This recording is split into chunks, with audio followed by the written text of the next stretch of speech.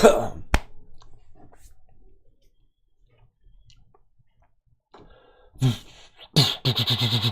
late adopter. Hi guys, how you doing? Welcome to the Bitcoin Daily, 9 a.m. Central European Time on the dollar. We do this show every day, Monday to Friday, because we gotta know what's happening in Bitcoin, altcoins, and everything else. Also, it's not actually 9 a.m., but you know, maybe the show should be, you know, around 9 a.m. give or take a couple of hours when I wake up. That depends if I sleep well or not, you know. Stuff like that. But besides that, you know, everything is good. We are still doing the show every day, so you know, there's that. So you will be getting updates, of course. You will be getting updates on what I think about the charts, what I think, you know, is gonna happen next, and so forth, so forth. Besides that, who is in the chat? I see not a lot of people are in the chat because we are not actually 9 a.m. on the dollar, but you know, there is that. Mladen, there you go. Mladen is in the chat, always first. He's the guy always first in the chat, always first with the charts, always first on the dollar. I'm gonna show you his yesterday's short on Ethereum. Very nice. And Martin Howard is in the chat as well. Martin, hi man, how you doing? WAQZ, morning guys, morning boss. Josh, boss, who is Josh? Morning boss, how you doing man? Vishal, morning, how you doing? Snood, good morning. Andy, hey Sash, hey, how you doing man? What's up guys, how you doing? As you can see the title, yesterday somebody said EMA equals, you know, emotional moving average, and I thought it was very funny. I still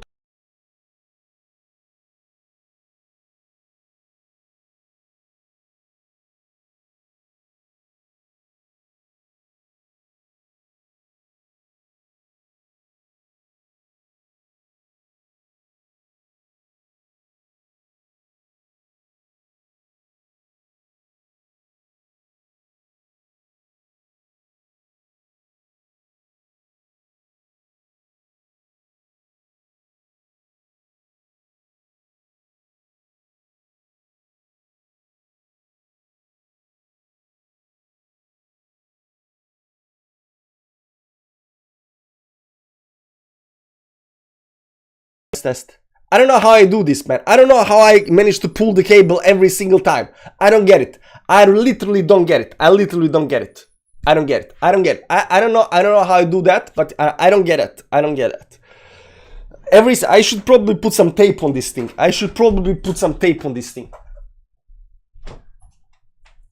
Let's fix this right now so we don't mess up, you know, we don't forget, man. How are we gonna do this? Now we need bigger tape. We need to fix. I'm gonna show you why I fix this up here.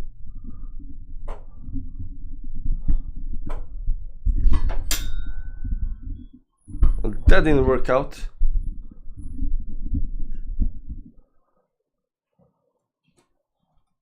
There we go. We can fix it together. Okay, we're gonna fix this. It's a Bitcoin stream, but you're gonna fix this first, okay? We need tape. Okay, so there's the cable up here in the back, and it's always popping out for some reason. So we need to, you know, fix this so it doesn't happen again. It's gonna look ugly as F, but you know, whatever. Yeah, that should do it. Sorry about that. Tila channel held together by stick tape.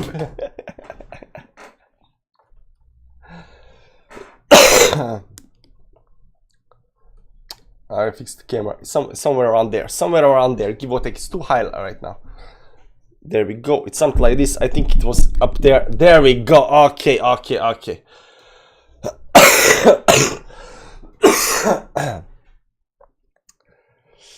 The moment when you realize you've been speaking alone. Yeah, exactly. Let's go again. The late adopter. Welcome guys, welcome to the Bitcoin Daily, 9 a.m. Central European Time on the dollar. We do this show every day 9 a.m. because we gotta know what's happening, Bitcoin, altcoins, and everything else. Unfortunately, it's not always on 9 a.m. exactly on the dollar because, you know, reasons, sleep, stuff, life stuff, you know, stuff like that. Maybe we should be saying around 9 a.m. give or take a couple of hours when I wake up, when I get enough sleep, and so forth, so forth. Besides that, how's everybody doing? As you can see in the title right now, it's called, we are calling it, the title is EMA equals emotional moving average. Yesterday in the live stream there was somebody said EMA means emotional moving average. I thought it was funny. I'm probably gonna laugh about this, you know, for the next couple of years, because, you know, I think it's very, very funny, because when you think about it, like moving averages, emotional moving average, like exponential moving average, emotional moving, like price goes up and it's, you know, the moving average is like, oh, price goes up, let's go up, and it goes down, oh, let's go down, follow, you know. So, you know, emotional, it reacts emotionally to the price. So I think it's a very nice name for EMAs. That said, we don't want our EMAs to be, moving averages to be emotional. We want our moving averages to be like our wives, simple wives, simple moving averages. We don't want any kind of emotional, wives. So there is that. How's everybody doing in the chat? I went already through chat once. Mladen is in the chat first.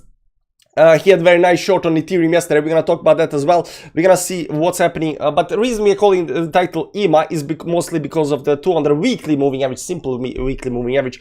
So there is that. Let me just go quickly through the names. Mladen, Martin, Wax, Boss, Vishal, Andy, G, Snood, Drunken, Yona, Bean Chicken, who more? Xander, Chris, Cook, Freco, Bodo, and Vinit, Thomas, Lines, and Tap. And there we go. Always love when you say on the dollar. There you go. Okay, so we picked up from where we left off when the mic wasn't working. So there's that. So right now everything is working, everything is fine. As you can see right now, everybody's talking about weekly moving average, 200 weekly moving average, not simple, not exponential weekly moving average, because nobody cares about exponential weekly moving average. Everybody cares about simple moving average, 200 simple weekly moving average. That's what everybody's talking about. Nobody's talking about, emotional moving average. Everybody's talking about simple moving average, weekly 200 simple moving average.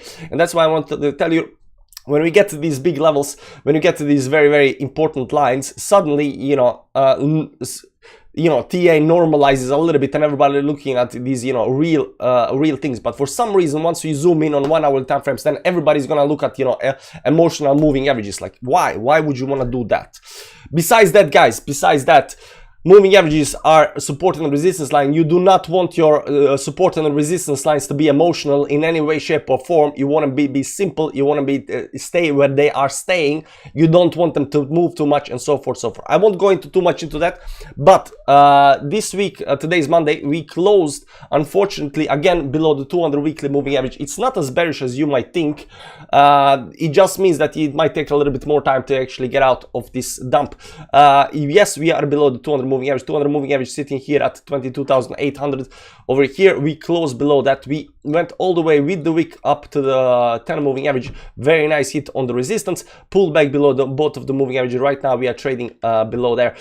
Besides that, this is previous week was actually very, very bullish week for crypto, and the reason is that I'm gonna show you down here. We have this big green candle with a doji, flying doji. I don't know what kind of this is dragonfly doji or something like that in the middle up here. This usually is a very bearish move and it should pull on the downside, but we didn't do that. As you can see here, we did pull towards upside, although we did not pull towards upside above the 200 moving average. We did pull towards upside, and that's actually a very bullish move. So just this candle up here, even though we didn't get above a certain levels, we are actually more bullish than bearish. Right now we hit we are starting right now the move a little bit towards downside. We still have 7 days left of this candle over here, so it's not really important to talk too much about it. But how this actually might close, will it actually go all the way up there? Will it just turn around, get hit the 10 moving average and then go back down again? How this is actually gonna play out, I'm not quite sure, but I'm gonna tell you right now, there will be no big red candle down to some kind of 17-16k this week or something like that. That's very, very improbable. Right now there are two major levels of support on the weekly time frames down here that we have, 21,000 and 90,300.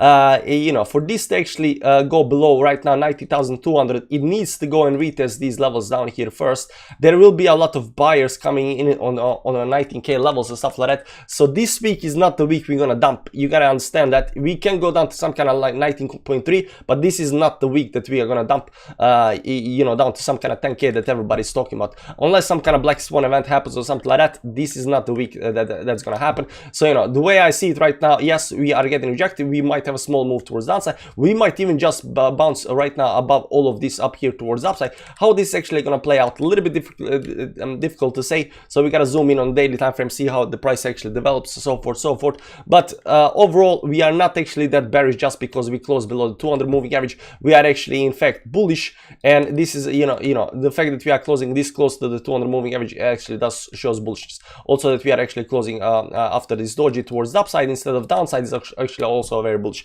So the way I see it, the weekly moving, the weekly candle closed bullish to me, and we might have during this week some kind of pullback towards downside, but that does mean that we are gonna automatically fall down. If we close this to below this week around some kind of 20k levels, and the next week we can see continuation towards downside, that's when we are gonna turn full-time bearish. But right now we gotta zoom in on a little bit bigger time, small time frames like daily and 4-hour time frames to see how this is actually gonna play out. So that's what we're gonna do now. We're gonna go to the daily time frame over here. Let's go to the 4-hourly time frame because it's easier to see. We're gonna remove the simple moving averages. We're gonna remove those, and what we have over here right now, I'm just gonna remove this rising wedge because we're gonna talk about that in a second over here. So what we have right over here right now, the way it looks like, at least, it's some kind of a channel towards downside. Now these channel towards downside are by definition bullish, because any kind of movement towards downside, doesn't matter how the movement goes, right? Doesn't matter how the movement goes. Any kind of movement towards downside is always bullish, and any kind of movement towards the upside, doesn't matter what kind of move that is always by definition bearish. When you have these kind of moves towards the upside, you have always a resistance and a support line. Breaking the support line, that means breaking the trend. Breaking the resistance, meaning accelerating the trend. So what we have over here right now is a trend towards the downside. We are by definition bullish, but if this trend breaks on the downside, it's gonna be a big drop.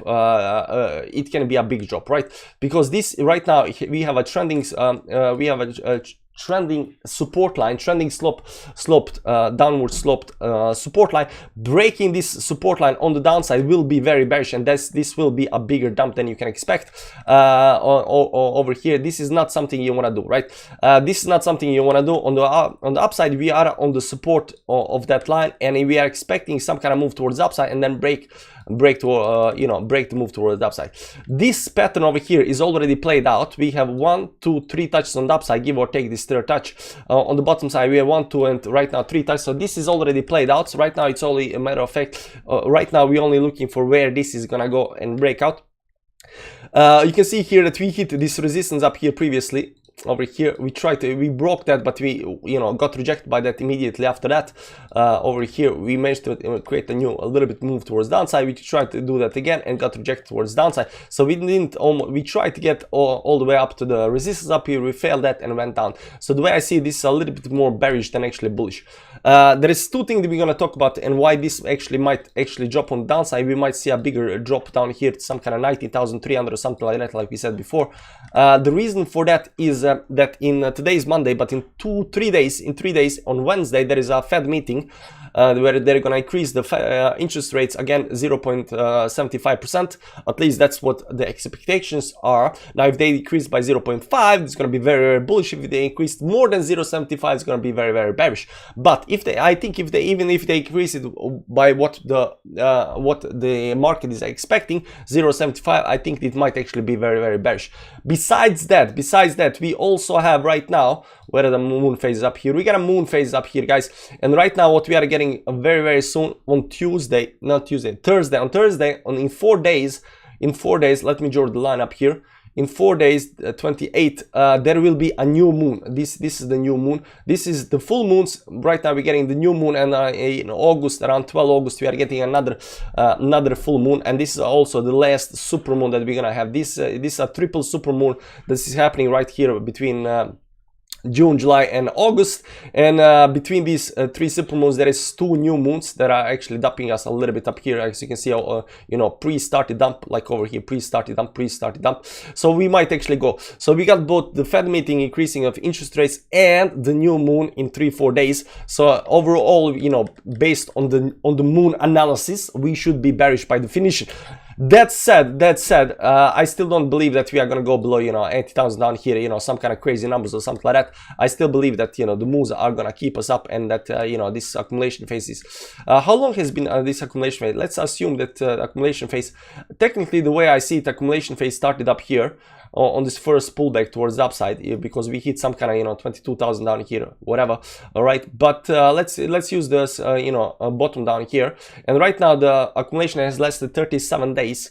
If you extend this to around next full moon, super moon, that's 55 hours, that's around 2 months.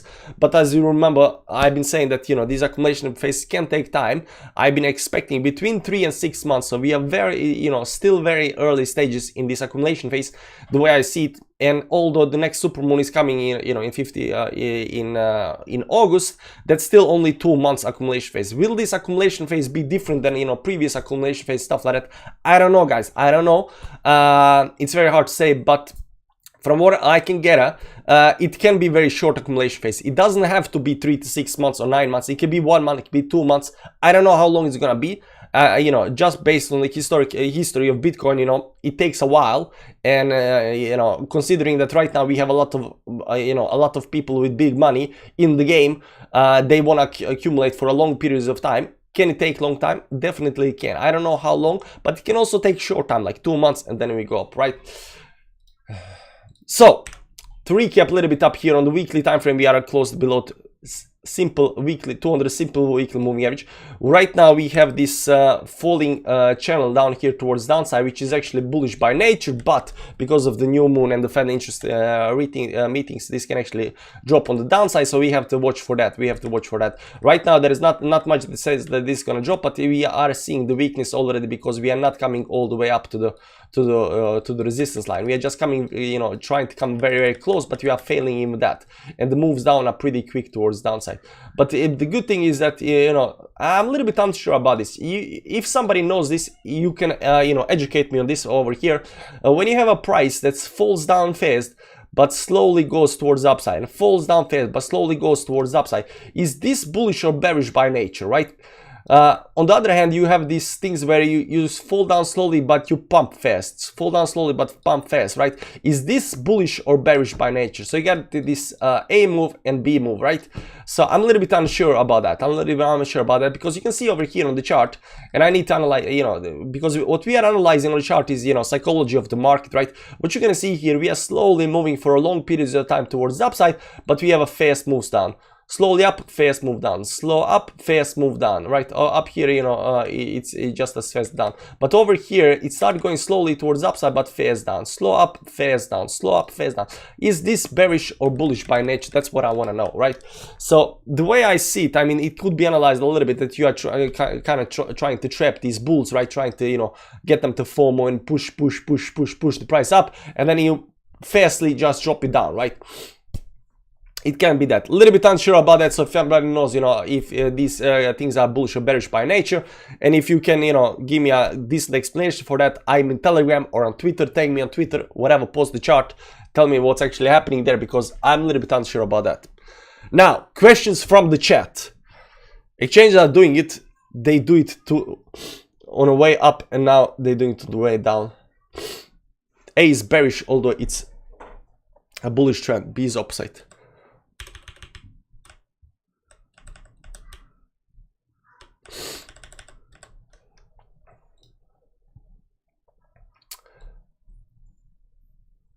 So wait, we got fast move down, slow up, fast move down, slow up, fast move down, slow up, right? And then on the other hand, we have slow move down, fast up, slow move down, fast up, slow move down. So A or B? Which one is bullish, which one is bearish? Oh, I'm late. Chris is late. No, I'm late. I agree. 3 months of accumulation. Yeah, it might be 3 months. It might be 6. I really don't know. But you know, the only thing I know is accumulation takes time. It cannot happen on the week. Me and you can buy on the week, man. Right? We are not billionaires, right? We can buy on the week. We can load our bags 100% instantly on the, you know, altcoins that have like, you know, couple of thousand volume on 24-hour. You know, we can load up on the week, right? But people with a lot of money, they cannot load up on the week. They need accumulation phases, right? Grabbing liquidity and taking the trend back to where they started.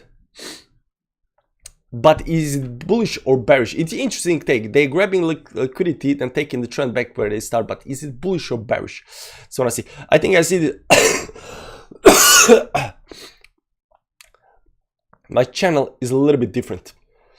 It could be a little bit different. Like there are definitely, you know, ways you can redraw the lines a little bit up here. This, for example, up here. Let's just remove up here. This engulfing candle, and I don't like to use an engulfing candle unless I have to. So maybe the channel goes something like this up here, down here. You know, maybe you already broke the channel towards downside. I mean, that can definitely be it, right? Over here, something like this. Maybe even something like this up here, give or take. Depends on how, which are nice lines.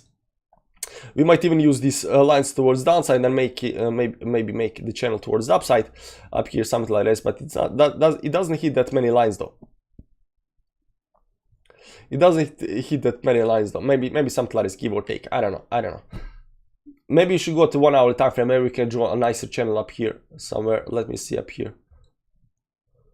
Something like this. Yeah, something like this. Maybe, give or take. Maybe this is the channel. Maybe you're exactly on the dollar there. A is bullish but looks bearish.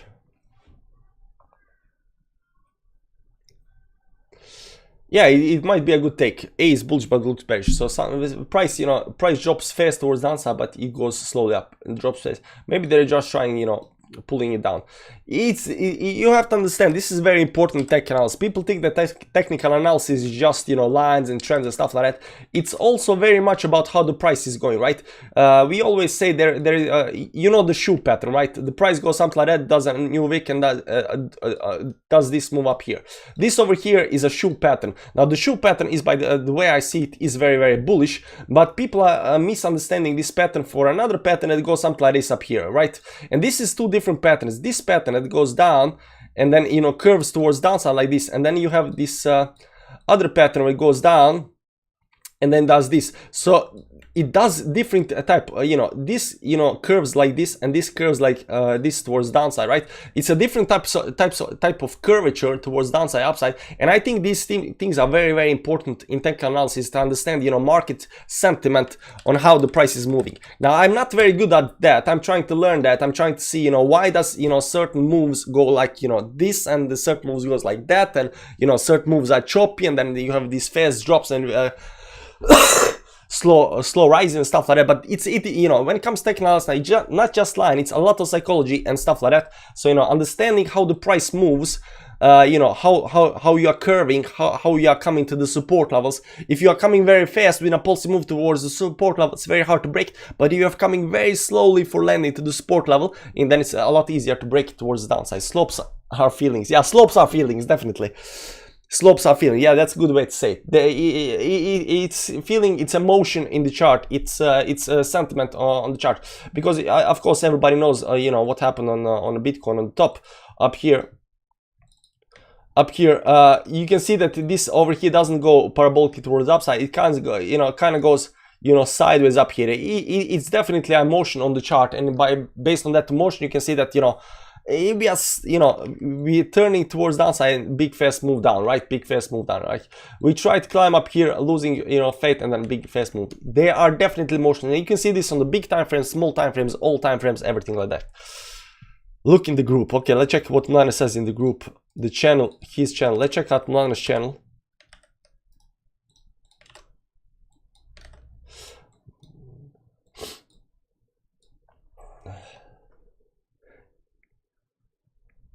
Yeah, this is Bitstamp. This is Bitstamp. I'm using Bybit, and Bybit is not giving me the right lines.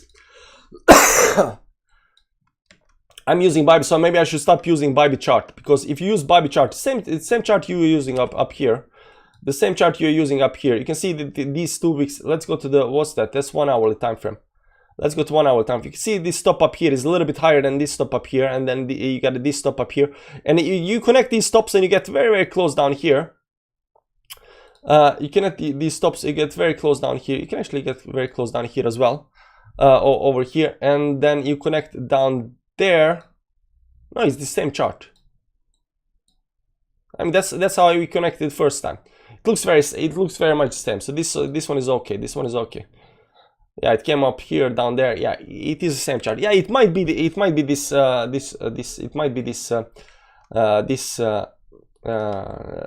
channel over here as well.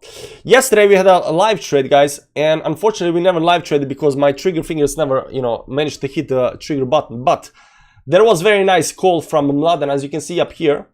Mladen actually called the top on Ethereum on the dollar. I mean, this was a very nice call up here. He said before it actually, when we were down here, he said 1665 on the dollar. He called the move, man. Mladen says short, as you can see here. We've been watching the chart live, and that hit it on the dollar. So congrats, Mladen. Mladen knows how to draw the lines. Now, he has been looking the same thing we've been looking at, but unfortunately, our charts are not actually giving us the same levels. So we can actually say a quick word about that. You can see down here, there's a wick over here. There's a wick over here. Let's do it like this up here. There's a wick over here. I'm just gonna put here, up here. And there's a wick up there. Right, so you want to pull this towards downside, you get a channel, right? Doesn't matter where it's. Let's just put here because of reasons. Maybe up here a little bit, whatever, right? There's a channel, but you can see up here that, you know, this channel like overshoots the target up here, overshoots 56. It overshoots the target a little bit because this is on the Bybit chart. This is on the Bybit chart, and he's been looking at ETH USDT on Binance, and on Binance you'll see that it actually, you know, these weeks up here hits it actually on the dollar, So even though we've been looking at the same charts, we at the different levels, he hit it on the dollar. I didn't, because when he said that, I was looking at the same channel. And what I want to say about this, it really matters what kind of charts you look at, right? You got a Binance chart, you got a KuCoin chart, you got a Bybit chart, you got a you know, I don't know what kind of chart you got. BTC something. You got a Bitfinex chart, you got FTX chart, Binex chart, CoinEx chart, Bitflyer chart. All of these charts comes from different exchanges. And depends on how much liquidity there is there, how much, you know, buying, selling, if there are some whales, if there are not some whales on there, so forth. The price might move a little bit up, a little bit down, and so forth, right? So it really does matter what kind of charts you do use when you do your analysis, because sometimes you will miss target just because you used maybe wrong chart with low liquidity on some coin or something like that, where you don't have this enough data to actually draw these very nice lines. Always look at the spot chart. Yeah, maybe that's the thing. Maybe always. But Mladen said Bitstamp is working for some reason. So he was looking at USDT on Bitstamp. There's the Bitstamp chart up here. I don't know how you can look at this, man, but whatever.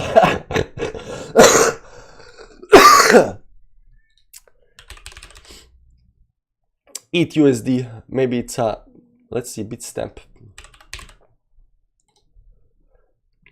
He was looking probably at this one. Yeah, this one is a little less choppy. There is more value. So he was looking actually at the dollar chart, not Tether chart, but dollar chart. Let's see up here. What are you looking at? What are you looking at? No, the dollar chart actually overshoots this. So I don't know what you're looking for. And you know, logarithmic doesn't have any you know. Let's see, ETH USD. We got Tether and USD coin. Maybe you're looking at this one. No, this cannot be one. ETH USD Bitstamp. It cannot be this one. Bitstamp. I don't know how you figure out 1665 because everything is like breaking. It was Binance chart. Yeah, it was Binance chart you were looking at. But he says that, you know, he likes Bit. He likes the Bitstamp chart. Doesn't matter, guys, doesn't matter. You can try it out. You can figure out which lines are better getting respected on what exchanges and use those. Maybe it's spot exchange, maybe it's versus dollar, maybe it's versus Tether. I don't know, guys, I don't know. But what I know, charts do matter. What kind of exchanges, what kind of charts you do draw your lines on. So just so you guys know that. Fast money is real money. No market maker always wants to trap traders and take liquidity from retails. Yeah, so this, when it comes to this liquidity grab and stuff like that, right? I've been thinking about it. So I have a little bit theory about liquidity. I don't know how it actually works, but I have a little bit theory about when it comes to liquidity and liquidity grabs, and why do we have these fast moves? Why do we have these gaps on the stock market, right? And I think that's and why the price always moves back through that area. I think that's some kind of liquidity, but I'm not quite sure how that works. But I think I started to get that. So you know, I might talk about when I have a little bit more knowledge about that. But besides that, you know, I think I'm getting somewhere when it comes to that. I think I'm getting somewhere when it comes to that. But see, fiat uncertain. Bitstamp is good for Bitcoin. Oh, for Bitcoin, okay. Yeah, isn't Bitstamp Asian or something like that? Look at order blocks. No, thank you. That's too much info for me, man. On-chain analysis, you know, on exchange analysis, not for me, man. Fair value gaps, you know, out of my head, man. I like lines, you know, simple moving average. I'm a very simple guy. I'm not that smart, you know. I'm very emotional.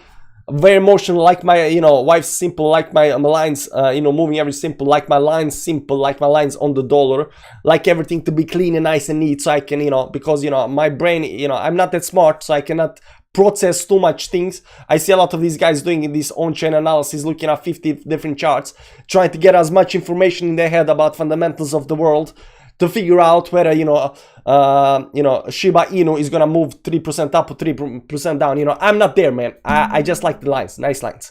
So let's stay there. It's not rocket science. The market maker knows where you bought. Where is Spain? They have enough liquidity to do the unthinkable trap. Yeah, but how are they actually doing that? How are they moving the price?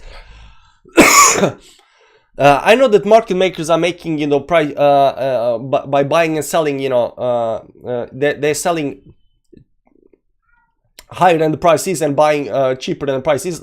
Just like there was, I actually was looking at that yesterday on the I was actually looking at that yesterday on YouTube, and I was looking at how market makers are making money and what are they actually doing. And there was a very nice explanation by a guy. He was explaining, like, when you go into another country and when you want to buy the currency, they're gonna sell you more they're gonna sell you more expensive than it actually is if you went to the exchange, right? You know, something like that, right? They're gonna sell you more expensive because they're trying to make, you know, money.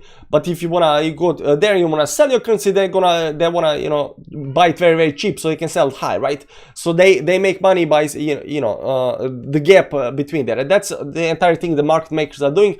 They are making money between the gaps, right? They are the exchange service, right? Exchange service. But who is actually moving the price? Who is moving the price up and down? Because I don't think the market makers are moving the price. I think, you know, there might be some other, you know, powers in play up here who are actually deciding how the price is going to develop. I don't think actually, I think the market makers are just fulfilling the, you know, the liquidity, providing the liquidity to the market, but I don't think they're actually moving the price. So I think somebody else is moving the price. How they are doing that, I don't know, but there might be some other, you know, games in play. When an order is placed to buy, someone has to sell. Yeah, of course.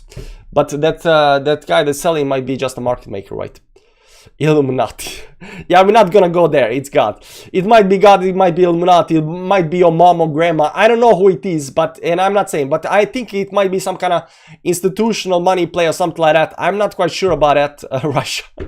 Yeah, it gotta be somebody. I don't know, but I don't think the point I'm trying to make, I don't think it's you know, market makers. I don't think it's market makers. I think market makers are just fulfilling the options. And, you know, from the guy that I listened yesterday, he was working as a market maker, so he knows what they are doing, you know, and they're just you know, filling up the liquidity on the exchange. Hedge funds might be hedge fund, but, you know, who is actually moving the price up and down? Not just providing liquidity to the market, but who is moving the price up and down? How they are doing it? If you guys know any kind of videos about that kind of stuff, or books or articles or anything like that, I would like to know that. Tag me on Twitter, TLA Crypto. Post it on the Telegram, you know, computers and AI. It might be that, but how they are doing it, you know, I would like to read about that, because somebody knows something. Somebody knows about market move, how they are manipulating market up and down. If somebody knows anything about that, you know, I would like to learn. It's easy to say, oh, they are doing it up and down, but how? How are they doing it? Because if you explain to me how they are doing it exactly, so my little brain can actually comprehend that and understand that, then it's a lot more believable, right? Illuminati, I agree. I might be Illuminati. I don't know, man. Illuminati, God, Russia, who knows? Your grandma, I'm saying always, your grandma, your mom, you don't know what your grandma and mom does when they go to bed, right? Maybe they have some kind of secret room and sitting there and moving the markets up and down. That's it, guys. I think we're gonna end the show over here. Thanks for the Bitcoin Daily. There will be a live stream again very, very soon. We will be trading again, trying to find another trade up or down. We're gonna see what's gonna happen. Besides that, guys, have a nice day. Join KuCoin, guys. Join KuCoin. Buy gems while you can. This accumulation phase is not gonna last forever, and the one place you can buy gems is on KuCoin. Besides that, I mean, you know, reasons. At the moment, the dollar is falling. Kill a chicken on a future teller, and price goes where it is. Nice. They kill a chicken on fortune teller. I think nobody in chat can give you the answer. I don't know, man. There's 100 people in the chat. Might be some guy from, you know, Illuminati sitting in the chat and, you know, he's like, hey, man, I know stuff. You know, I don't know. Somebody knows something, guys. I always tell you. You know about the stuff, and we say always, you know, everything is priced in the market. And that's very true because somebody always knows something. Fed rates, you know, Colin Powell, he has friends, he has family, he has meetings, somebody speaking to somebody, somebody hears something, he says something to somebody, they know what they're speaking. They're also being probably, you know, wiretapped in their room, and somebody's listening to their talks. They already know what they're gonna know. And this thing spreads from the top towards the downside. So rumor starts, you know, flooding down. You know, rumor starts flooding down, the price starts, you know, the rumor already starts getting priced in. Somebody knows something, guys. Somebody knows something. QCon is apparently going bear. No, that's actually FUD, man. Yeah, and the guy that was actually spreading the FUD is right now not on the Twitter. Bye-bye, QCon. More to follow, bro.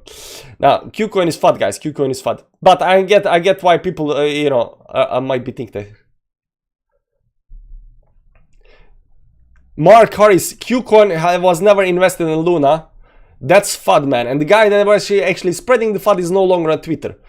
And people spreading the FUD about yesterday was trying to push the price down. I mean, everything is on Twitter. But other country pumping Bitcoin. Doesn't matter, guys. That's it for today. See ya later. Bye-bye.